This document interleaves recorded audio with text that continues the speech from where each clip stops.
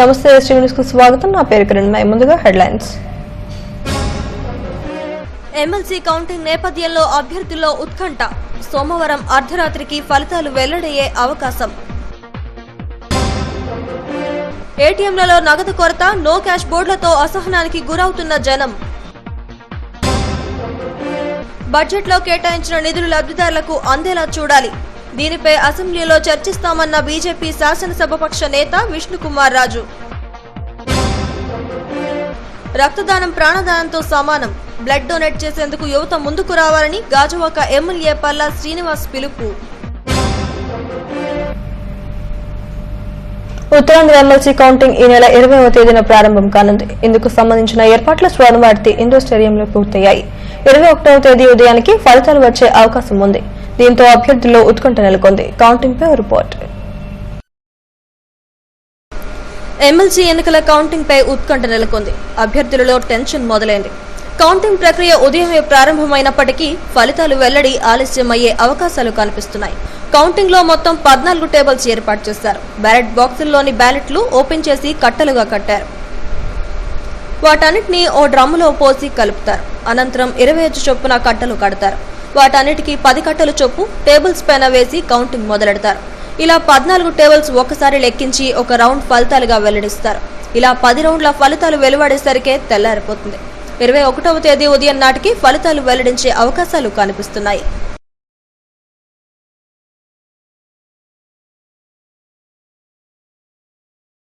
Uttarandhra MLC ఎన్నికలలో 30 మంది అభ్యర్థుల పోటీ చేశారు. 1,55,000 మంది ఓటర్లకు 1,08,000 మంది ఓటర్లు ఓటు వేశారు. రౌండ్ కు 10,000 ఓట్లు లెక్కించినా మొత్తం 11 రౌండ్లు అయ్యే అవకాశాలు కనిపిస్తున్నాయి. అభ్యర్థుల సమక్షంలో మ్యాక్ కౌంటింగ్ నిర్వహించారు. జిల్లా ఎన్నికల అధికారి కలెక్టర్ ప్రవీణ్ కుమార్ సమక్షంలో ఎన్నికల కౌంటింగ్ ప్రక్రియ సాగనుంది.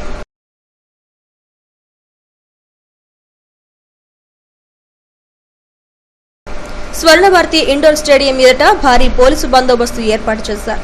ఫలితాలు వెల్లడించేందుకు అన్ని ఏర్పాట్లు చేశారు. అభ్యర్థులు, ఏజెంట్లతో పాటు కౌంటింగ్ సిబ్బందిని మాత్రమే అనుమతిస్తున్నారు. ఏటీఎంలలో నగదు కొరత వినియోగదారులను వేధిస్తోంది. ఏటీఎంకు వెళ్లినా నో క్యాష్ బోర్డులే దర్శనమిస్తున్నాయి. దీంతో ప్రజలు విసిగిపోతున్నారు. మళ్లీ పాత రోజులు వచ్చాయంటూ ఆందోళన చెందుతున్నారు. ఏటీఎంలలో నగదు కొరతపై రిపోర్ట్. నోట్ల రద్దు తర్వాత 50 రోజుల పాటు నగదు కోసం ప్రజలు అనేక ఇబ్బందులు పడ్డారు. తన ఖాతాలో ఉన్న సొమ్మును తీసుకునేందుకు కూడా ఏటీఎం కేంద్రాల వద్ద బార్లు తీరాల్సిన పరిస్థితి వచ్చింది. తర్వాత కొన్ని ఆంక్షలు ఎత్తివేయడంతో పరిస్థితి సద్దుమణిగింది. మళ్లీ నగదు కొరత రావడంతో కష్టాలు ప్రారంభమయ్యాయి. విశాఖ నగరంలో ఏ ఏటీఎం దగ్గరకు వెళ్లినా నో క్యాష్ బోర్డులే దర్శనమిస్తున్నాయి. దీంతో తమ ఖాతాలోని డబ్బులు తీసుకోవాలన్నా ఇబ్బందులు పడే పరిస్థితి వచ్చిందని ఆందోళన చెందుతున్నారు. 3 రోజుల నుంచి క్యాష్ కోసం తిరుగుతున్నాం కానీ ఏ ఏటీఎం లోని కూడా ఖాళీ లేవు. చాలా షాప్స్ కి వెళ్తూ ఉంటే ఏటీఎం అన్ని చోట్ల ఎంటీగానే ఉన్నాయి. అన్ని నో క్యాష్ చూపిస్తున్నాయి. మేము చాలా మంది వస్తూ ఉంటారు, వెళ్ళిపోతూ ఉంటున్నారు. చూసి చాలా బాధపడుతున్నారు. ఇప్పుడు ఏం చేయాలో అర్థం కావట్లేదు. గవర్నమెంట్ దీని గురించి ఆలోచించట్లేదు. నేడు విశాఖపట్నంలో ప్రజలు చాలా దుర్భర పరిస్థితి అనుభవిస్తున్నారు. డబ్బులు ఉండి కూడా తీసుకోలేని పరిస్థితుల్లో నేడు విశాఖపట్నంలో ఉన్న ఏటీఎంలు కూడా ఏమీ పనిచేస్తలేదు. మనీ ఏటీఎం అంటే ఎనీ టైం మనీ అనే ఒక సంకేతాలు ఉన్న ఈ ఏటీఎంలు కూడా ఎనీ టైం నో మనీ అనే బోర్డులు మాత్రం దర్శనమిస్తున్నాయి. ఎంతో మందికి మాత్రం ఈ ఏటీఎంలకు వచ్చి వెనక జరగడం వాళ్ళ యొక్క కష్టాలు చాలా దుర్భర పరిస్థితుల్లో అనుభవిస్తున్నారు.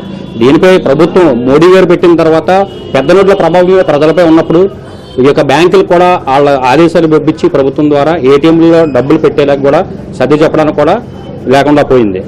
ఇంకేం చెప్పన్నారా?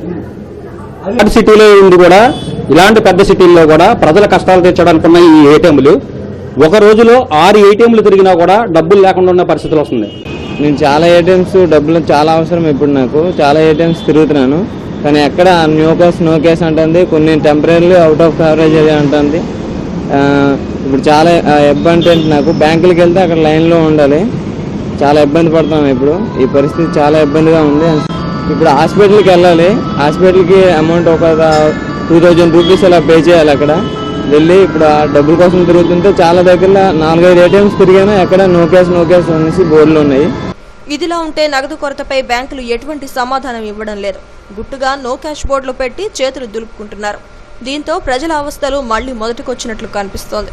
ప్రభుత్వం, బ్యాంకు అధికారులు స్పందించి నగదు కొరతను తీర్చాల్సిందిగా ప్రజలు కోరుతున్నారు. పేరుకే ఎనీ టైం మనీ, కానీ ఇక్కడ అలాంటి నిబంధనలు ఏమీ వర్తించడం లేదు. ప్రజలు ఈ ఏటీఎంలను నమ్ముకొని ముందుకు వెళ్లాలంటే ఎవరికైనా బ్రేకులు పడాల్సిందే. మండుతున్న ఎండలో ఎన్ని ఏటీఎంలు తిరుగుతున్నా క్యాష్ మాత్రం రావటం లేదు. దీనిపై ఉన్నత అధికారులు ఏమాత్రం స్పందించకుండా ఏసీ రూముల్లో ఎంజాయ్ చేస్తున్నారని కస్టమర్లు నిప్పులు చెరుగుతున్నారు. కెమెరామ్యాన్ శివాతో ప్రసన్న, ఎస్టీవీ న్యూస్, వైజాగ్. బడ్జెట్లో కేటాయించిన నిధులను సక్రమంగా వినియోగించాల్సిన అవసరం ఎంతైనా ఉందని బీజేపీ శాసనసభాపక్ష నేత ఎమ్మెల్యే పెన్మెత్స విష్ణుకుమార్ రాజు అన్నారు. బడ్జెట్ సమావేశాల్లో ఈ అంశంపై విస్తృత స్థాయిలో చర్చ జరగాల్సిన అవసరం ఉందని ఎమ్మెల్యే అభిప్రాయపడ్డారు. ప్రజలకు గతేడాది కేటాయించిన నిధుల్లో ₹1 కూడా లబ్దిదారులకు అందని పరిస్థితి నెలకొందని అన్నారు. దీనిపై తాను అసెంబ్లీలో ప్రస్తావించినట్లు ఆయన వెల్లడించారు. రజక చైతన్య సంస్థ చైర్మన్ రాజమండ్రి నారాయణ ఎమ్మెల్యే విష్ణుకుమార్ రాజును కలిసి చర్చించారు. రజకులకు కేటాయించిన నిధులను వారికి చెందేలా చేయాలని కృషి చేయాలని కోరారు. ముఖ్యమంత్రి చంద్రబాబు దృష్టికి విషయాన్ని తీసుకువెళ్లాల్సిందిగా కోరారు. నాకైతే వ్యక్తిగతంగా అనిపిస్తుంది, నేనేమి ప్రభుత్వాన్ని విమర్శించే ఉద్దేశం కాదు. సో దీని మలాని అసలు ప్రభుత్వము బడ్జెట్ కేటాయింపుల విషయంకి వచ్చినప్పుడు ఒక నూతన విధానం అనేది ఒకటి క్రియేట్ చేయాలి. ఏ కన్సర్న్ మంత్రివర్యులైనా సరే ఈ బడ్జెట్ రూపకల్పన చేసే ముందు ఆ పర్టికులర్ జిల్లాలో ప్రజాప్రతినిధులతోటి మాట్లాడి మీ ప్రాంతంలో ఏంటేంటి కావాలి అనేది ఒక్కసారి గనక తెలుసుకుని అప్పుడు ఎంత బడ్జెట్, సపోజ్ మనందరికీ కలిసి మొత్తం 13 జిల్లాలకి కలిసి ఇప్పుడు రజక ఫెడరేషన్కి ఒక 200 కోట్లు కావాలి. సో కానీ మనం ఇంత ఇవ్వలేము, ఒక 75 కోట్లు ఇవ్వగలదామని చెప్తే ప్రపోర్షనేట్ గా ఎక్కడెక్కడ రిక్వైర్మెంట్స్ ఉన్నాయో ఆ రిక్వైర్మెంట్స్ తగ్గించుకుని చేసేదానికి అవకాశం ఉంటుంది. లేకపోతే ఒక క్లారిటీగా ఒక జిల్లాకి ఇంత అనేది తెలియటం లేదు.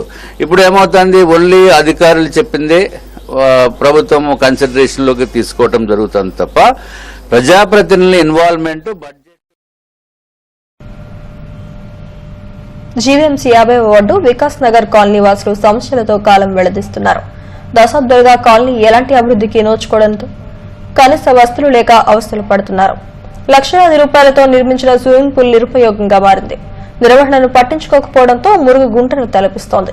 ఆహ్లాదాన్ని పంచాల్సిన పార్కు స్థలాలు అలంకారప్రాయంగా మారాయి. పచ్చదనమే కరువైంది. కాలనీ అభివృద్ధిని అధికారులు పట్టించుకోవడం లేదని స్థానికులు మండిపడుతున్నారు. పార్కు స్థలాలు అభివృద్ధిని చేయాలని అనేక సార్లు అధికారుల దృష్టికి తీసుకువెళ్లినా పట్టించుకునేవారు కరువయ్యారని అన్నారు. ఇప్పటికైనా అధికారులు స్పందించి కాలనీలో సమస్యలు పరిష్కరించాలని కోరుతున్నారు.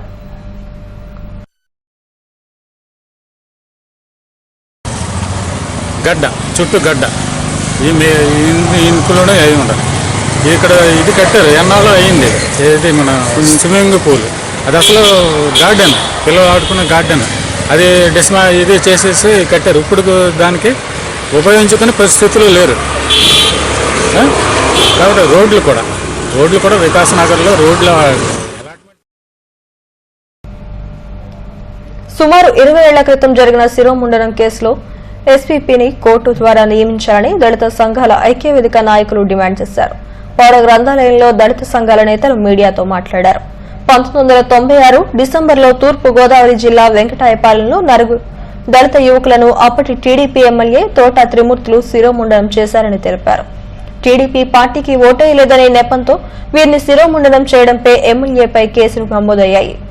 ఈ కేసును మాఫీ చేసేందుకు ప్రయత్నాలు జరుగుతున్నాయని తెలిపారు. ఎమ్మెల్యే త్రిమూర్తులు తనకు అనుకూలంగా ఉన్న ఎన్పీపీలను నియమించుకుంటే తాము ఆందోళన ఫలితంగా వారిని మార్పు చేస్తామని తెలిపారు. అయితే ఎన్పీపీ నియామకం కోర్టు ద్వారానే జరపాలని తాము డిమాండ్ చేస్తున్నట్లు తెలిపారు. రెండో వైపు కేసు 20 ఏళ్ళైనా మాకు న్యాయం జరగట్లేదు, మాకు న్యాయం చేయండి, సరైనటువంటి ఎస్పీపీ నియమించమని చెప్పి మా వాళ్ళు బాధితులు కోర్టుకు వెళ్తే మేము కోరుకున్నటువంటి పీపీని నియమించడంలో ప్రభుత్వం చాలా ద్వంద్వ వైఖరిని అవలంబిస్తాము.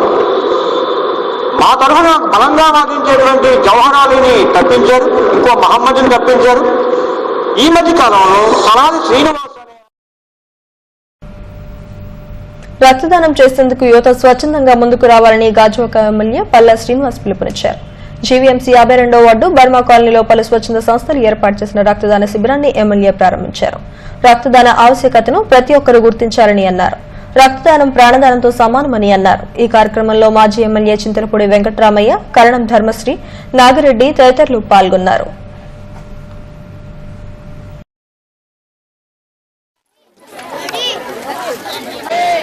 స్వతంత్ర భారత్ కి కానీ లేకపోతే ఆధ్యాత్మికంగా ఏదైతే మా చిక్క సత్యనారాయణ గారు చేస్తున్నారో వారిని స్ఫూర్తించుకుంటాను కూడా.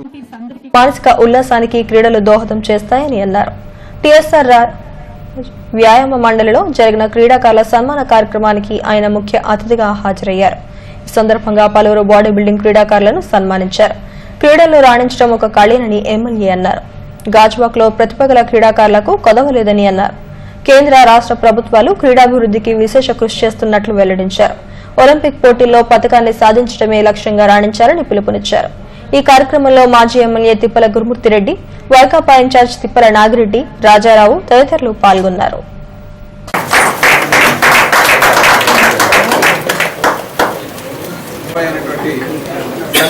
జరిగిందండి. నిజంగా వారికి నేను మనస్ఫూర్తిగా అభినందన తెలియజేస్తున్నాను. అంతకన్నా ముందు ముందుగా రాజారావు గారికి నేను అభినందన తెలియజేయాలి. ఎందుకంటే మంచి బాడీ బిల్డర్ని తయారు చేయాలి, మంచి ఇంటర్నేషనల్ స్థాయికి వెళ్ళేటట్టు చేయాలి, నేషనల్ ఇంటర్నేషనల్ లెవెల్ చేయాలని ఒక తాపత్రయంతో ఇప్పుడు కూడా మాస్టర్ గారు ఉంటారు, రాజారావు మాస్టర్ గారు. వారు నిజంగా ఇంకా వారికి కావాల్సినటువంటి సహాయ సహకారాలు మేము అందిస్తామని చెప్పి ఈ సందర్భంగా తెలియజేస్తూ, అలాగే కృష్ణ గారు కూడా మంచి ఉన్నతమైన స్థాయికి రావాలని చెప్పేసి, అలాగే ఇక్కడ ఉన్నటువంటి క్రీడాకారులందరూ కూడా కృష్ణ గారిని ఆదర్శంగా తీసుకుని మరి మంచి స్థాయికి వచ్చి మెడల్ తీసుకొచ్చే విధంగా ఈ రాష్ట్రానికి మంచి పేరు తెచ్చే విధంగా, ఈ దేశానికి మంచి పేరు తెచ్చే విధంగా ముందుకు వెళ్ళాలని చెప్పి యువతకి తెలియజేస్తూ, యుద్ధ కళల పట్ల యువత శ్రద్ధ కనబరచాలని ఏపీ కిక్ బాక్సింగ్ అసోసియేషన్ అధ్యక్షుడు కరణం రెడ్డి నరసింగరావు అన్నారు. ఆత్మరక్షణకు కరాటే క్రీడ ఎంతగానో దోహదం చేస్తుందని చెప్పారు. ఏకీ కెన్యూర్ కరాటే అసోసియేషన్ ఆధ్వర్యంలో గాజువాక రాజీవ్ ఇండోర్ స్టేడియంలో నిర్వహించిన బ్లాక్ బెల్ట్ శిక్షణ ముగింపు కార్యక్రమానికి ఆయన ముఖ్య అతిథిగా హాజరయ్యారు. శిక్షణ పూర్తి చేసుకున్న విద్యార్థులకు సర్టిఫికేట్లు ప్రదానం చేశారు. ఈ కార్యక్రమంలో association India chief RK Girish, K Suman తదితరులు పాల్గొన్నారు. విశాఖపట్నం స్టేడియంలో ఆంధ్రప్రదేశ్ కెనీరియో కరాటే అసోసియేషన్ వారి ఆధ్వర్యంలో నేషనల్ ఫెడరేషన్ అయినటువంటి కెనీరియో karate India association and Asia chief instructor అయినటువంటి గిరీష్ కరుతుత గారి చేతుల మీదుగా ఈరోజు black belt grading cum black belt coaching camp నిర్వహించడం జరుగుతుంది. ఈ గ్రేడింగ్లో 35 మంది పార్టిసిపేట్ చేశారు. అందులో ఓన్లీ 15 మంది పిల్లలకే బ్లాక్ బెల్ట్స్ అర్హత సాధించి ఈరోజు ఆంధ్రప్రదేశ్ టీం నుంచి 15 మందికి బ్లాక్ బెల్ట్స్ ఇవ్వడం జరుగుతుంది. మన సుమన్ గారి ఆధ్వర్యంలో మన గాజువాక ప్రాంతంలో ఉన్నటువంటి ఈ ఇండోర్ స్టేడియంలో మరి లాస్ట్ 3 days నుంచి సుమారు ఒక 6 జిల్లాల నుంచి ఈ కరాటే. రిలయన్స్ ఫౌండేషన్ వారి వెదర్ రిపోర్ట్. 20 గాలి వేగం ఉదయం 30 నుండి 34 కిలోమీటర్లు, సాయంత్రం 22 నుండి 24 కిలోమీటర్లు, రాత్రి 16 నుండి 18 కిలోమీటర్లు ఉండవచ్చును. గాలి దిశ ఉదయం సాయంత్రం ఈశాన్య దిశగా, రాత్రి తూర్పు దిశగా ఉండవచ్చును. అలల ఎత్తు ఉదయం సాయంత్రం రాత్రి 5 నుండి 6 అడుగులు ఉండవచ్చును. ఆకాశం ఉదయం పాక్షికంగా మేఘావృతమే ఉండి సాయంత్రం రాత్రి నిర్మలంగా ఉండవచ్చును. మత్స్యకారులకు సూచన. ఇంకాయిస్ వారి గణాంకములను బట్టి రాగల 2 రోజులు సముద్ర వాతావరణం సాధారణ పరిస్థితుల్లో కొనసాగుచున్నది కావున మత్స్యకారులు వేటకు వెళ్లవచ్చును. విశాఖ జిల్లా రైతులకు జిల్లా పశుసంవర్ధక శాఖ మరియు రిలయన్స్ ఫౌండేషన్ వారి సమాచారం. వేసవిలో కోళ్ల పెంపకంలో మెలకువలు. కోళ్ల షెడ్ ఎప్పుడూ తూర్పు పడమరలుగా కట్టుకుంటే ఉదయం సాయంత్రం ఎండ షెడ్డులోనికి రాదు. చల్లని నీరు అన్ని వేళల్లో కోళ్లకు అందుబాటులో ఉంచాలి. నీటితో తడిపిన మేతలను ఉదయం సాయంత్రం వేళల్లో ఇవ్వాలి. వేసవిలో కోళ్లలో రోగ నిరోధక శక్తి తగ్గిపోతుంది కనుక టీకాలు తప్పనిసరిగా వేయించాలి. రిలయన్స్ ఫౌండేషన్ వారి ధన్యవాదములు. వాతావరణ సమాచారమును ఇంకాయిస్ మరియు యాక్యువేదర్ నుండి స్వీకరించడం జరిగినది. మీరు మరింత సమాచారం కొరకు రిలయన్స్ ఫౌండేషన్ వారి టోల్ ఫ్రీ నెంబర్ 1800-419-8800 నందు సంప్రదించవచ్చును. హెడ్లైన్స్ మరోసారి. ఎమ్మెల్సీ కౌంటింగ్ నేపథ్యంలో అభ్యర్థుల్లో ఉత్కంఠ. సోమవారం అర్ధరాత్రికి ఫలితాలు వెల్లడయ్యే అవకాశం. ఏటీఎంలలో నగదు కొరత, నో క్యాష్ బోర్డులతో అసహనానికి గురవుతున్న జనం. బడ్జెట్లో కేటాయించిన నిధులు లబ్ధిదారులకు అందేలా చూడాలి. దీనిపై అసెంబ్లీలో చర్చిస్తామన్న బీజేపీ శాసనసభాపక్ష నేత విష్ణుకుమార్ రాజు. రక్తదానం ప్రాణదానంతో సమానం. బ్లడ్ డొనేట్ చేసేందుకు యువత ముందుకు రావాలని గాజువాక ఎమ్మెల్యే పల్లా శ్రీనివాస్ పిలుపు. ఈ వార్తలు ఇంతటితో సమాప్తం. మరిన్ని వార్తా విశేషాల కోసం చూస్తూనే ఉండండి ఎస్ట్రీమ్ న్యూస్.